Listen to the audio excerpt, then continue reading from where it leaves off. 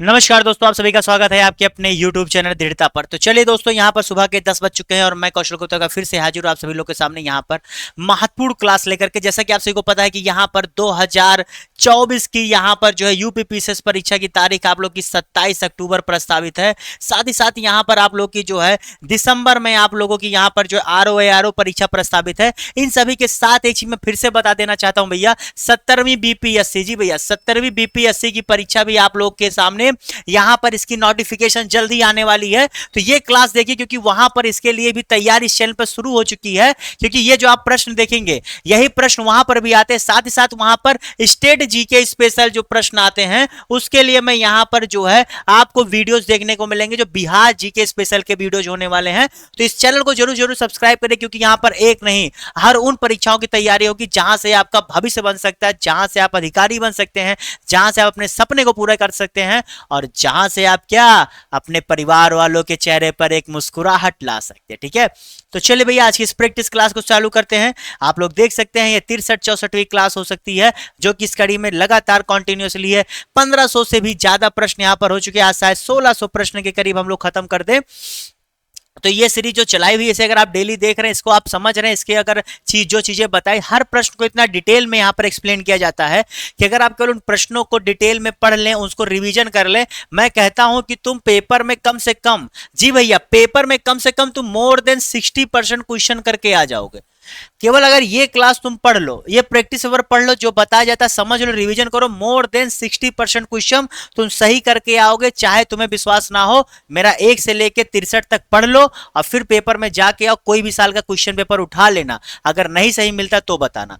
क्यों? क्योंकि भैया 60% तो यहां से, और उसके बाद करंट अफेयर से जो मैं कहता हूं वहां से कम आप लोग का 20 से 25% आपका कवर होता है। ठीक है, बाकी देखो 100% कोई एग्जाम की तैयारी मैं नहीं करा सकता, ना कोई एग्जाम, ना कोई चैनल करा सकता है, ना कोई कोचिंग करा सकता है। ये आप लिख के ले लो।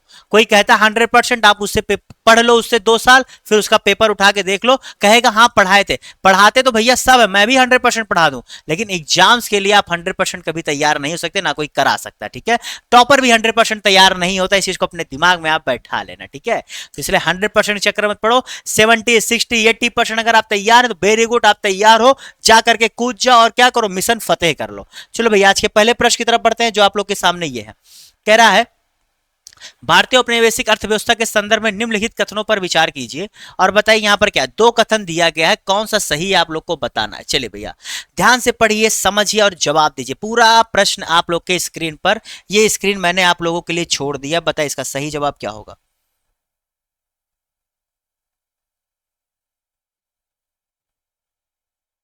तो भैया जितने लोगों ने यहां पर इसका सही जवाब क्या दिया है, सी, जी भैया बिल्कुल बात सही है। इसने पूरी तरह से जो है जिससे क्या हुआ था ना, वाणिज्यिक, मतलब जैसे आप गन्ना क्या है, वाणिज्यिक फसल है।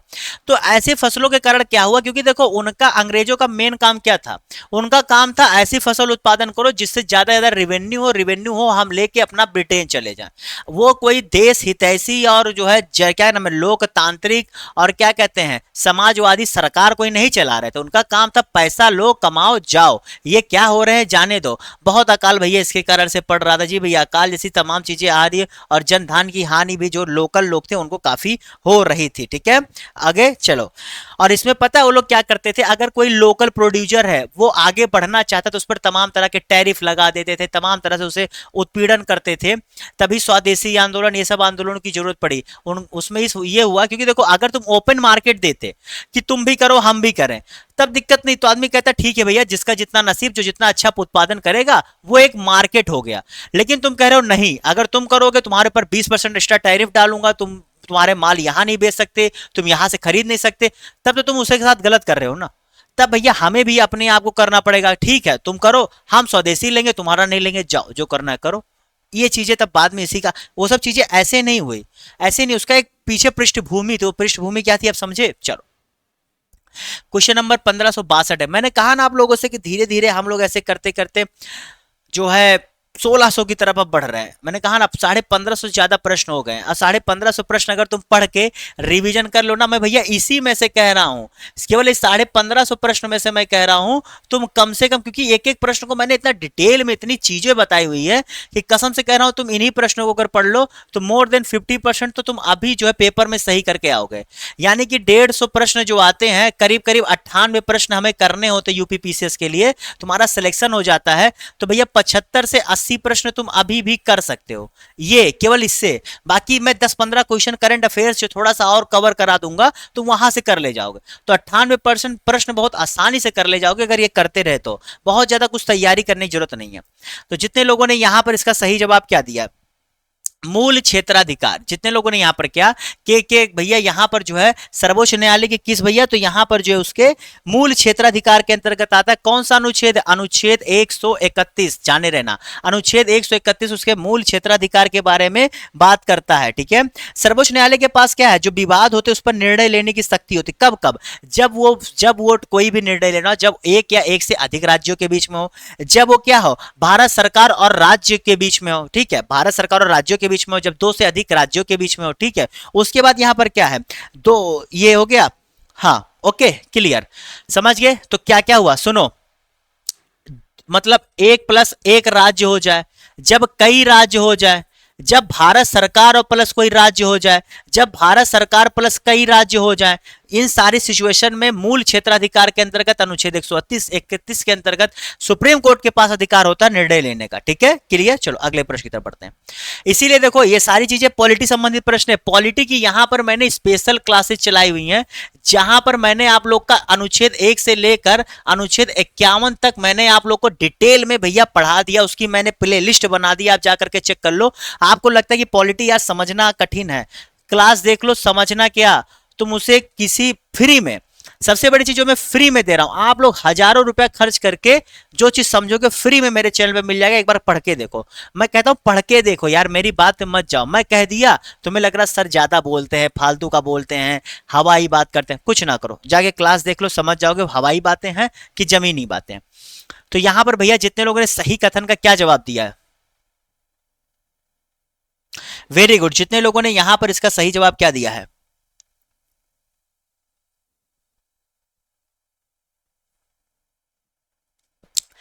यहां पर जितने लोगों ने इसका सही जवाब क्या दिया है, क्वेश्चन नंबर कितना है 1563। ठीक है, चलिए भैया जवाब दीजिए। तो जितने, अरे यार एक कलम भी कहाँ छटक जा रहा है भैया, आप लोग जवाब दीजिए भैया, आप लोग मेरे चक्कर में ना रुकिए। अगर आप लोगों ने जवाब दे दिया, उसका जवाब क्या है, यहाँ पर केवल 1 और 3 जवाब दिया है तो सही कर ले। क्या, केवल 1 और 3 अगर आपका जवाब आया है तो सही कर ले, पूछिए क्यों। देखिए स्वेज नहर मिस्र में है, कहां पर भैया, मिस्र में, ये आपको पता है ना। और पहला कथन बिल्कुल सही है। देखो विकसित और विकासशील देश, इन दोनों के बीच क्या करता है, आपको पता है कि जहां पर यह स्थित है वो यूरोप जो विकसित देश है वहां से लेकर के भारत, साउथ एशिया की कंट्रीज को जोड़ता है। तो क्या होता है, ये विकासशील वो विकसित, तो बिल्कुल बात भैया दोनों को जोड़ता है। ठीक है, यह भूमध्य सागर को स्वेज नहर की खाड़ी से जोड़ता है। चलिए भैया अब देखो यहीं पर मामला फंसता है, क्यों, क्योंकि भैया स्वेज नहर जो है इस्तुमिस के जरिए माध्यम से भूमध्य सागर को लाल सागर से भैया जोड़ता है, कौन से, रेड सी से जोड़ता है, ना कि आपको जो है इससे, तो लाल सागर से यहां पर जोड़ता है। ठीक है, इसीलिए दूसरा गलत। और यहां पर जो है यह समुद्र की नहर, ठीक है, तो यहां पर तीसरा वाला जो है कंपनी द्वारा 1858 और 59 के बीच किया गया था। ठीक है, अच्छा यार यहाँ पर प्रश्न ही 1859 के बीच में जो है इसको निर्मित किया गया था। ओके चलो अगले प्रश्न की तरफ बढ़ते हैं। 1859 में बनना चालू हुआ था और 69 तक बन गया था। B20 क्या है, जवाब दीजिए, B20 क्या है। मेरे ख्याल से प्रश्न जो है कुछ अधूरा रह गया था, लेकिन अगर आप देखो, चलो मान लो तीसरा नहीं आया कोई बात नहीं, लेकिन दूसरा तो आप लोग को समझ में आया था। उसमें दरअसल प्रश्न यही था, ऐसा कुछ नहीं था कि यह समुद्र तल की नहर नहीं है, बस इतना ही लिखना था। ठीक है, बाकी तो ये हटा ही दो। ठीक है, बस इतना ही कि यह समुद्र तल की नहर नहीं है, तो ये कथन सही है। चलो B20 क्या है, बहुत आसान भैया, G20 न्यूज में सुने थे, G20 की तरह ही B20 क्या है, एक क्या है भैया, व्यापारिक समुदाय के साथ आधिकारिक G20 संवाद मंच। इसी G20 के अंतर्गत जो वैश्विक बिजनेस से संबंधित लोग हैं उनका एक समूह है जहां पर बिजनेस से यानी क्या वैश्विक व्यापार के संबंध में बातें की जाती हैं, ठीक है, जो केवल व्यापार के संबंध में किया जाता है। B20 की अध्यक्षता जो है ब्राजील को सौंपी गई। भारत ने अब जो है देखो इस साल तो भारत ने सब किया, अब भारत के बाद किसके पास ये G20 और अन्य चीज की जा रही है, तो ब्राजील के पास जा रही है, ठीक है, ब्राजील के पास अब ये सारी चीजें जा रही हैं, ठीक है, ओके। चलो भैया, और ये देखो ये इंडिया में कब हुआ था, तो 25 अगस्त से 27 अगस्त के बीच हुआ था, ठीक है। और यहां पर B20 इंडिया की थीम क्या थी, वसुदेव कुटुंबकम। क्या थी भैया, वसुदेव कुटुंबकम। ये जाने रहना जो इस बार इंडिया में हुआ 25 से 27 अगस्त के बीच में, तो उसका क्या था, वसुदेव कुटुंबकम, ठीक है। तो ये भैया इसकी थीम थी, बहुत बार पूछ लिया था थीम क्या थी, ये सारी चीजें क्या थी। तो निम्नलिखित में से कौन सी धातु कमरे के तापमान पर तरल अवस्था में रहती है, बताए इसका सही जवाब क्या होगा।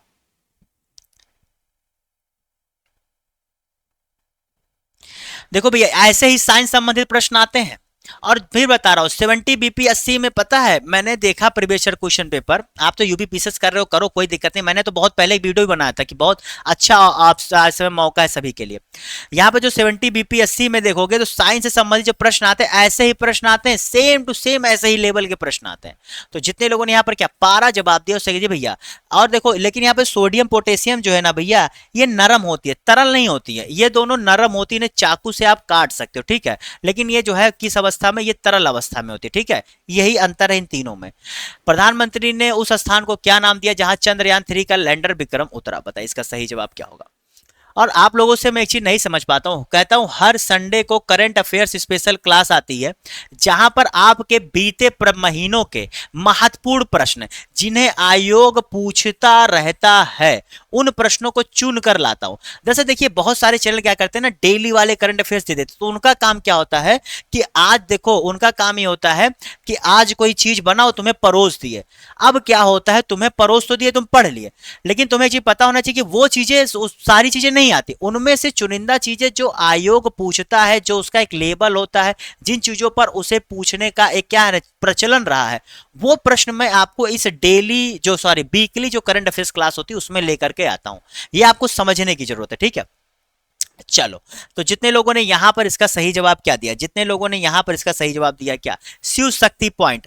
जी भैया शिव शक्ति पॉइंट को यहां पर नरेंद्र मोदी जी ने जो नाम दिया था, चंद्रयान 3 का लैंडर था उसे यहां पर, अभी इसको पता है हाल ही में एस्ट्रोनॉमिकल जो इनकी पूरी यूनियन है, एस्ट्रोनॉमिकल इंटरनेशनल एस्ट्रोनॉमिकल IAU है शायद, इसने जो है इस नाम को मान्यता दे दी है, ठीक है। अब ये नाम जो है केवल इंडिया के से पहले कहा गया था एक लैंड मतलब जहां लैंडिंग किया था, लेकिन अब जो है IAU द्वारा जो है अब कर दिया गया है कि अब इसे विश्व स्तर पर इस जगह को इसी नाम से जाना जाएगा, ठीक है। चलो मतलब उसे सर्टिफाई कर दिया। प्रिटोरिया दक्षिण अफ्रीका में ब्रिक्स सम्मेलन का विषय क्या था, देखो भैया थीम आ गया, अभी मैंने कहा ना, मैंने थीम उसका क्यों बताया, थीम से संबंधित प्रश्न भी पूछ लेता है। आपको पता है ना ब्रिक्स सम्मेलन में 5 सदस्य देश हैं, ठीक है, और इसमें अलग हर सभी देशों के जैसे आपके ब्राजील, रूस, भारत, चीन, दक्षिण अफ्रीका जो 5 देश है उसके क्या प्रमुख लोग उसमें शामिल होते हैं, ठीक है। और इसी ब्रिक्स के दौरान जो है ब्रिक्स अफ्रीका आउटरीच संवाद भी हुआ था। ब्रिक्स अफ्रीका आउटरीच संवाद क्या, इसमें यह हुआ था कि जैसे जो ब्रिक्स देश हैं वो अफ्रीका के देशों से भी संवाद करेंगे, जैसे अफ्रीका के देशों से भी उनमें पहुंच हो सके, व्यापार बढ़ सके, तो हर चीज सब मिला करके पैसे का खेल है भैया। व्यापार बढ़ेगा, संवाद बढ़ेगा, व्यापार बढ़ेगा, व्यापार कैसे बढ़े, जब अच्छी बातें होंगी तो पैसा अपने आप व्यापार चालू हो जाएगा। तो जितने लोगों ने यहाँ पर इसका सही जवाब क्या दिया, सी, जितने लोगों ने क्या यहाँ पर सी जवाब, माफ करेगा डी जवाब दिया वो सही कर ले, सी नहीं होगा, ठीक है। जितने लोगों ने यहाँ पर क्या डी जवाब दिया है वो सही कर ले, शायद मैंने जल्दबाजी में आपको गलत बता दिया, डी इसका सही जवाब होगा। इतना भैया लंबा जी भैया यही इसका सही जवाब है, ठीक है। चलो अगले प्रश्न की तरफ बढ़ते हैं। BNCAP का अर्थ क्या है, चलो भैया देखते हैं कितने लोग सही जवाब दे पाते हो।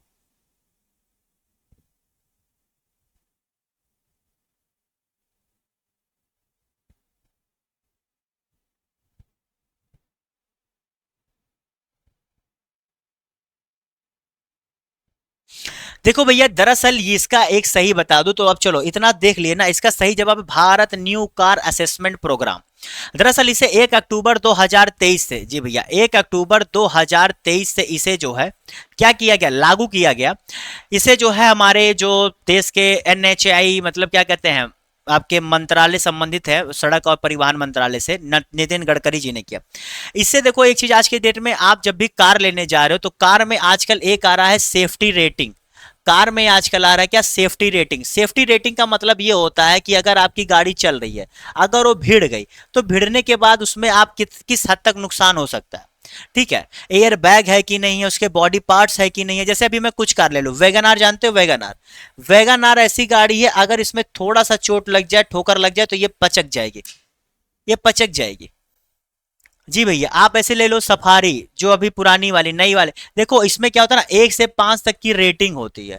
आप कोई भी गाड़ी की, आप जैसे मान के चलो फॉर एग्जांपल पंच ले लो, टाटा पंच, अभी आज के डेट में इसका सेफ्टी रेटिंग 5 है, मतलब आउट ऑफ 5 है। एक है तुम्हारा महिंद्रा का SUV S300 आया है, S30, उसका भी 5 है। ऐसे तमाम गाड़ियां, किसी का 4 मिलेगा, किसी का 3 मिलेगा। सफारी जो नहीं है उसका 2 से 3 है। अब देखो मैं क्यों कह रहा हूं, ये सारी चीजें प्रश्न इंपॉर्टेंट नहीं, ये सब मत याद रखना, बस मैं बता रहा हूं कि क्या है, ठीक है। ये 2 3 1 2 4 5 क्या है, ये बताता है कि कितना वो सेफ है आपके बच्चों के लिए। देखो उसमें चाइल्ड रेटिंग अलग होता है और फॉर ओवरऑल रेटिंग अलग होता है, तो ये ओवरऑल रेटिंग की बात है। दरअसल अभी इंडिया में टेस्टिंग के लिए कोई पद्धति नहीं थी, तो इसके बाद अब इंडिया में खुद का टेस्टिंग के लिए एक पूरी पद्धति हो गई है, ठीक है। अगले प्रश्न की तरफ बढ़ते हैं। चलो नेट न्यूट्रलिटी के बारे में बताओ, एक दो कथन है, बताओ कौन सा सही है, जवाब दो। चलिए भैया जवाब दीजिए, बताइए कौन सा यहां पर सही है।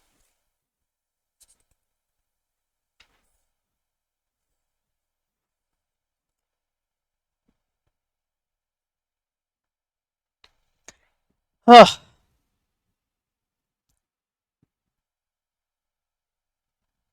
तो जितने लोगों ने यहां पर क्या जवाब दिया, 1 और 2 दोनों, जी भैया। नेट न्यूट्रलिटी क्या होता है कि जो इंटरनेट सेवा प्रदाता है, ठीक है, इनको सभी इंटरनेट संचारों के साथ समान व्यवहार करना चाहिए। इसमें इंटरनेट को मुक्त और खुला रखती है। मतलब इसमें यह नहीं होता है कि हम इस कंपनी को फेवर करेंगे या हम ये चीज ही इसको देंगे, ऐसा नहीं कर सकते। तो ये भैया अगर आप करते हैं तो आप नेट न्यूट्रलिटी को खत्म करते हैं। इससे सबसे बड़ा नुकसान क्या होता है, जो यूजर होता है उसको सेवाएं जो है महंगी हो सकती हैं, ठीक है। तो इस सबसे बचने के लिए जो है नेट न्यूट्रलिटी जो है इंपॉर्टेंट होता है, ठीक है, समझ गए। जैसे आप मान के चलो आज के डेट में अक्सर देखा जा रहा है कि जैसे मान के चलो जियो है, आज के समय में जियो क्या कर रहा है, अपनी कई चीजों को ला रहा है, OTT प्लेटफॉर्म ला रहा है, सब कुछ ला रहा है, जियो सिम ला रहा है। अब वही ये कर दे कि जियो सिम ये कर दे कि भैया जियो सिम से अगर आप जियो के OTT देखोगे तो फ्री है, लेकिन आप अगर नेटफ्लिक्स का देखो तो नेटफ्लिक्स का 249 अलग से दो, प्लस अगर आप जियो सिम से अगर आप वो नेटफ्लिक्स देख रहे हो तो आपका उसका 50 रुपया महीना अलग से देना पड़ेगा। तो यही गलती हो जाएगी ना, यही नेट न्यूट्रलिटी नहीं है, ठीक है। समझ गए क्या है मतलब, कि सबको समान स्थान दो। आप इस दोनों कथनों से भी समझ गए होंगे। उदाहरण मैंने सटीक उदाहरण दिया, अब आप लोग को समझना कि कितना आप समझ पाए, ठीक है। तो भैया इसे घटते क्रम में, यानी कि अवरोही क्या है, बढ़ते से घटते क्रम होता है, आरोही क्या होता है, घटते से बढ़ते क्रम में। तो जितने लोगों ने इसका सही जवाब क्या दिया है, बहुत ही आसान है भैया, अंग्रेजी, चीनी, हिंदी, स्पेनिश। जी भैया सबसे ज्यादा अंग्रेजी बोली जाती है, उसके बाद चीनी भाषा, फिर हिंदी भाषा, फिर स्पेनिश भाषा। अब आप कहोगे चीनी, हम हिंदी लोग ज्यादा हैं, भैया देखो जनसंख्या में भले तुम ज्यादा हो, लेकिन असलियत क्या है, हिंदी जो है पूरे भारत में हिंदी नहीं बोली जाती है। अगर तुम दक्षिण एशिया, दक्षिण भारत चले जाओ तो वहां अलग देखोगे, पूर्वी भारत चले जाओ तो अलग देखोगे। तुम ये छोड़ो, तुम अगर उत्तरी भारत चले जाओ, कश्मीर वश्मीर, वहां पर भी जो है पूरी हिंदी नहीं बोली जाती, पंजाब में पूरी हिंदी नहीं बोली जाती। क्या करोगे, पंजाबियों को हिंदी बोलना बहुत टफ लगता है। अब सोचो अंग्रेजी तो चलो है ही, हिंदी बोलना भी उन्हें टफ लगता है भैया। चलिए बताइए इसका सही जवाब क्या होगा। किस देश ने बहु पक्षीय अभ्यास ब्राइट स्टार 23 की मेजबानी की है। चलिए भैया मेजबानी किसने की है, तो भैया भारतीय वायुसेना यानी कि इंडियन एयरफोर्स ने।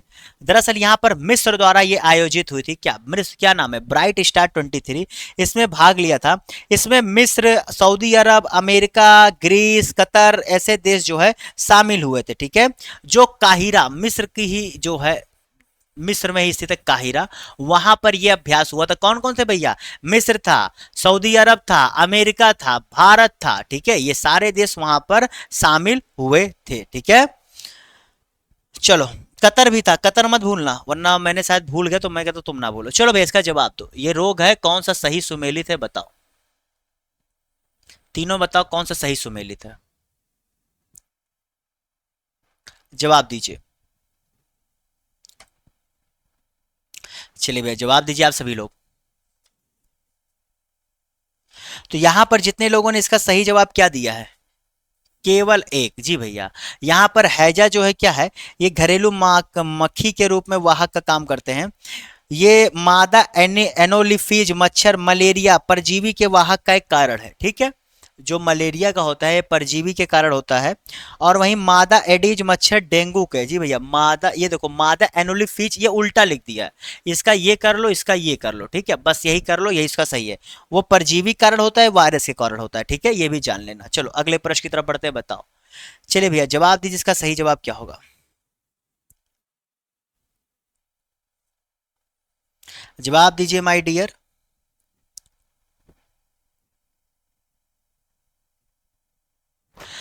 तो भैया ये जो है उपस्थिति महत्वपूर्ण क्यों है, दरअसल भैया नासा ने, देखो नासा ने जो है K218b, ये एक क्या है, ये एक उपग्रह है, ठीक है, ये एक टेलीस्कोप है, माफ करेगा, एक टेलीस्कोप है।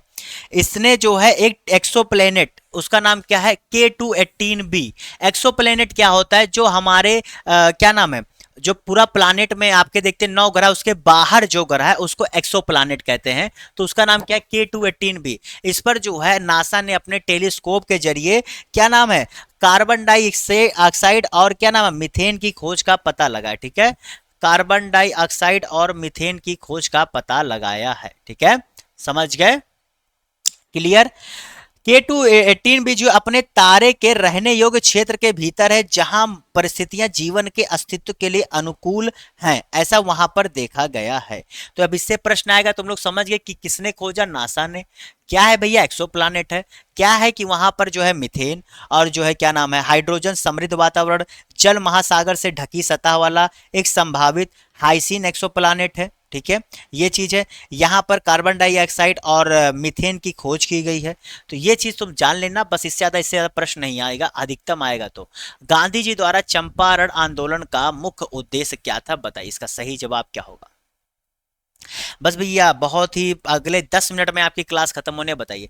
देखो क्यों कहता हूं मैं कि तुम अगर ये पढ़ लोगे तो आपका 60% आराम से हो जाएगा, जो भी क्वेश्चन आएगा, क्योंकि इतना एक एक प्रश्न पे इतना समय देता हूं, पहले देता हूं तुम समझो, तुम कोशिश करो, जब तुमसे गलती होती है तो तुम्हारी कोशिश पर मैं उसमें और वृद्धि करता हूं, क्या कि तुम मुझसे ज्ञान लो, तुमने कोशिश किया अब तुम मुझसे ज्ञान लो, तो जो तुम्हारी कोशिश और मेरा ज्ञान जब मिलता है ना, तो तुम्हें एक अलग सा पूरा क्या कहते हैं, तुम्हारे दिमाग के रोम रोम में जो है जाकर वो जानकारी बस जाती है। बस उसके बाद एक काम कर लिया करो, रिवीजन कर लिया करो भैया, जैसे आज क्लास हुई इसको रिवीजन कर लिया करो अगली क्लास में आने से पहले, तो वो जो रोम रोम में बसा ज्ञान है ना कहीं भटकेगा नहीं, नहीं करोगे वो ज्ञान फिर उड़ जाता है वाष्पीकरण की तरह, ठीक है।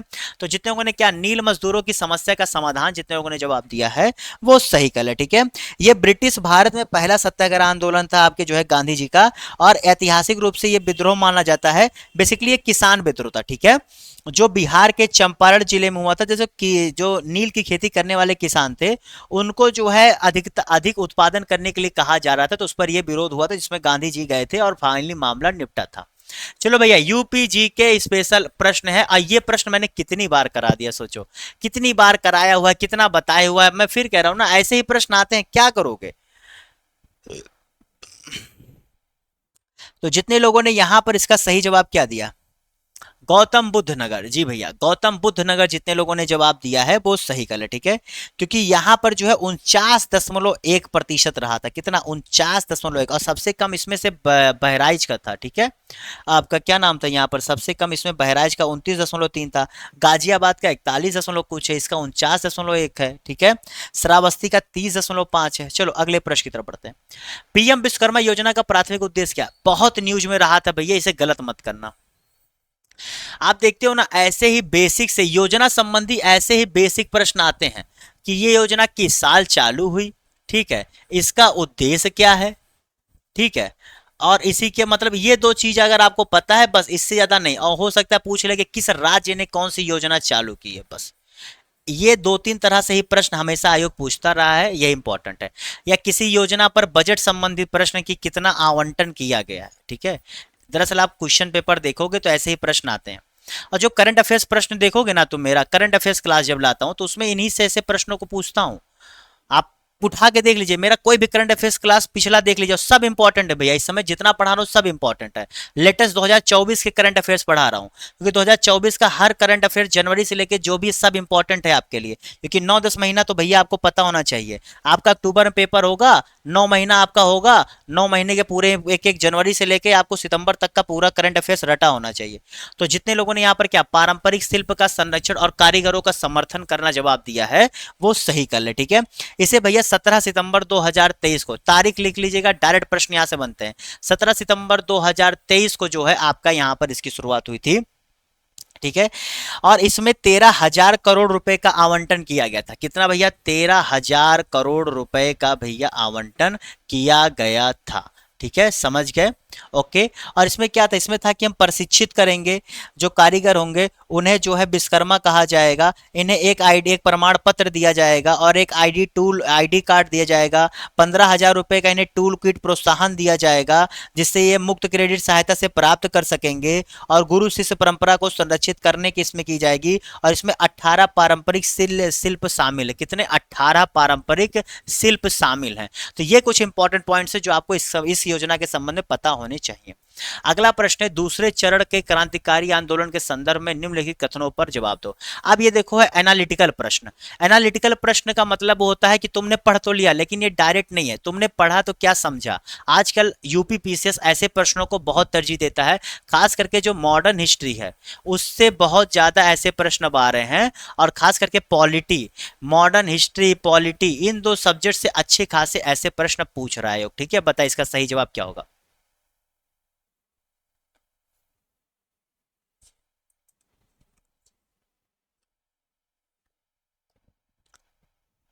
तो जितने लोगों ने यहां पर इसका सही जवाब क्या दिया है, केवल एक और दो। देखो भैया, हिंदुस्तान रिपब्लिक एसोसिएशन का गठन जो है सचिंद्र नाथ सन्याल जी ने किया था, ठीक है। और उस समय जो है उसमें जोगेश चंद्र चटर्जी और अन्य लोग थे। इनका मकसद क्या था कि ब्रिटिश शासन को हमें जड़ से उखाड़ फेंकना है, और उन्होंने सशस्त्र क्रांति का आयोजन किया था, ठीक है, ब्रिटिश हुकूमत को फेंकने के लिए। कथन दो भी यहां पर सही है, क्योंकि क्रांतिकारी को हिंसा के कृत्यों को जो है निरर्थकता का एहसास होने लगा था। उन्हें यह लग गया था कि जो है अगर हम हिंसा करते रहेंगे तो हम कभी भी जो है आने वाले समय में अपने लक्ष्य को नहीं प्राप्त करेंगे। इसलिए वो समाजवाद की तरफ बढ़ गए थे। उदाहरण के लिए आप भगत सिंह को ले लीजिए। भगत सिंह की आप किताब पढ़िए। भगत सिंह ने कहा कि सब सही है, लेकिन हिंसा ही एकमात्र तरीका नहीं है अपने जो है चीजों को हासिल करने का। इन्होंने खुद यह बात कही थी। लेकिन वही तीसरा कथन गलत है, क्योंकि जो काकोरी षड्यंत्र कांड था वो हिंदुस्तान रिपब्लिक एसोसिएशन की सबसे महत्वपूर्ण कार्रवाई थी, ठीक है।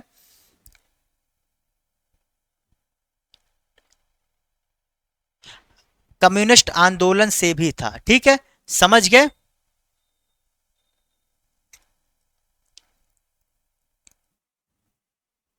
ओके, चलो अगले प्रश्न की तरफ बढ़ते हैं।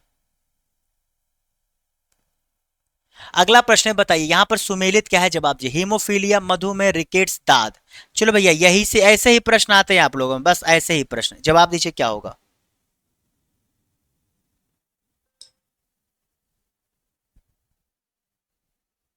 तो जितने लोगों ने यहां पर इसका सही जवाब क्या दिया है, देखो भैया, दाद क्या है? दाद एक फंगल है। इसमें तो कुछ आपको दाद। मधुमेह क्या है?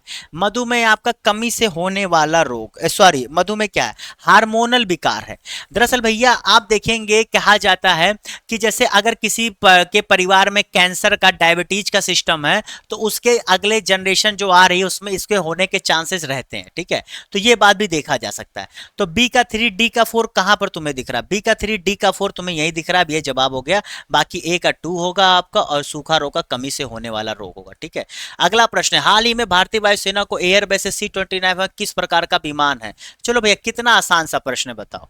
C-295 किस प्रकार का विमान है, बताओ। कितना आसान सा प्रश्न है यार।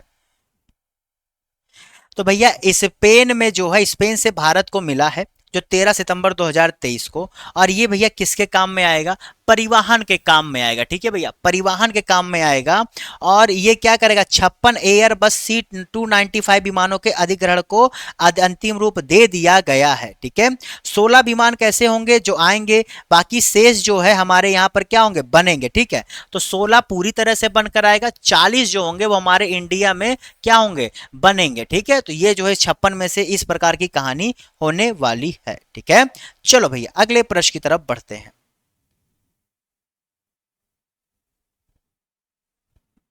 ऐसा नहीं है, इसको अन्य काम में भी ला सकते हैं, लेकिन मेनली इसे परिवहन के रूप में ही प्रयोग करते हैं। पेट, छोटी यात, बड़ी यात, यकृत, बताइए इन चारों का यहां पर सही मिलान क्या होगा। पेट, छोटी यात, बड़ी यात, यकृत। यार आसान सा प्रश्न, इतना तुम लोग को पता ही होगा ना।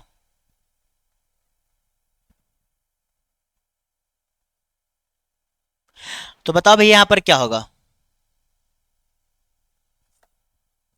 बहुत ही आसान सा प्रश्न है। देखो यही सारे प्रश्न है ना जो तुम्हें ये बताएंगे कि हाँ भैया तुम तैयार हो किसके लिए, आने वाले एग्जाम्स के लिए। तो जितने लोगों ने यहाँ पर क्या बी जवाब दिया वो सही कर ले। कैसे, पेट एसिड का निकलना, छोटी आंत रक्त का, ये जल अवशोषण, यकृत शरीर की सबसे बड़ी ग्रंथि।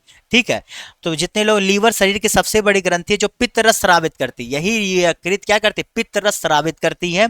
और ये इसके बाद क्या होता है, जो पित्ताशय नामक शैली में शैली कह रहा हूं, थैली में जमा रहता है। ठीक है, और ये वसा के पाचन में पित्त महत्वपूर्ण भूमिका निभाता है। तो पित्त भी भैया वसा के पाचन में महत्वपूर्ण भूमिका निभाता है। ठीक है, बाकी आपको पेट का क्या करता है, ये अंदरूनी परत जो बलगम होती है, हाइड्रोक्लोरिक एसिड होती है और पाचक रस होता है उसको स्रावित करता है। ठीक है, और बलगम क्या करता है, पेट की परत की रक्षा करता है। ठीक है, ये सारी चीजें अगर आपको पता हो तो जान के चलो, बहुत ही अच्छी बात है। नहीं पता है तो जान लो क्योंकि बताया जा रहा है। आज का आखिरी प्रश्न भैया बहुत ही इंपॉर्टेंट, ये आप कह दीजिए इकोनॉमिक संबंधित प्रश्न है। बताइए इसका सही जवाब क्या होगा, क्लास को समाप्त करते। बताइए इसका सही जवाब क्या होगा। किसने रोलिंग योजना का प्रतिपादन किया था। तो भैया इन्होंने अपनी पुस्तक लिखी थी एशियन ड्रामा। क्या लिखी थी भैया, एशियन ड्रामा। किसने लिखा था यह पुस्तक, एशियन ड्रामा किसने लिखा था। उनका नाम था भैया क्या, गुन्नार मार्डल। ठीक है, गुन्नार मार्डल उनका नाम था, मिर्डल उसे कहते हैं। जनता पार्टी सरकार और टीडी लकड़ावाला को जाता है। ठीक है, जनता पार्टी सरकार जब आई थी उसने इसी रोलिंग मॉडल को लागू किया था। और रोलिंग मॉडल जो है 1978 से 1980 ईस्वी के बीच में जो है लागू किया जाएगा था, जब मोरारजी देसाई के नेतृत्व में यहाँ पर बनी थी। लेकिन जब 1980 में इंदिरा गांधी की आई थी तो उन्होंने इसे समाप्त कर दिया था। ठीक है, समझ गए थे। तो 1978 से 1980 के बीच में पहली बार इंडिया में लागू हुआ था मोरारजी देसाई जनता सरकार में। और 1980 में जब इंदिरा गांधी जी की सरकार आई थी, कांग्रेस सरकार, तो उन्होंने इसे क्या समाप्त कर दिया था। लेकिन एशिया ड्रामा बुक में कुन्नार मिर्डल जी ने इसकी बात की थी। तो बेस साथ इस क्लास को समाप्त करते हैं, फिर मिलेंगे आप लोगों से। तो यहाँ पर भैया बीपीएससी की तैयारी अगर आप कर रहे हैं, यूपीपीसीएस कर रहे हैं, यूपी के आरओ की तैयारी कर रहे हैं, तो बिल्कुल सही जगह है। क्योंकि आने वाले समय यहाँ पर बिहार जी की स्पेशल क्लासेस चलने वाली है। बाकी जो यहाँ पर ये क्लासेस चल रही है तो आपके है ही, साथ ही यहाँ पर पॉलिटी की भैया स्पेशल सब्जेक्ट वाइज क्लासेस चल रही है। हर संडे को करंट अफेयर्स क्लास चल रही है। और बहुत जल्द आप लोग के लिए हिस्ट्री की क्लासेस भी यहाँ पर देखने को मिलेंगी। ठीक है, तो इस साथ इस क्लास को समाप्त करते। लाइक नहीं किया लाइक करें, सब्सक्राइब नहीं किया मेरे जो सब्सक्राइब करें। और आगे बढ़ने से पहले अगर आपको किसी प्रकार की दिक्कत आ रही है तो मेरा व्हाट्सएप नंबर है, आप इस पर मुझे मैसेज करके मुझसे कोई भी तैयारी संबंधी चीजें पूछ सकते हैं। इसी साथ bye bye, tata, see you, have a good day, bye bye, okay.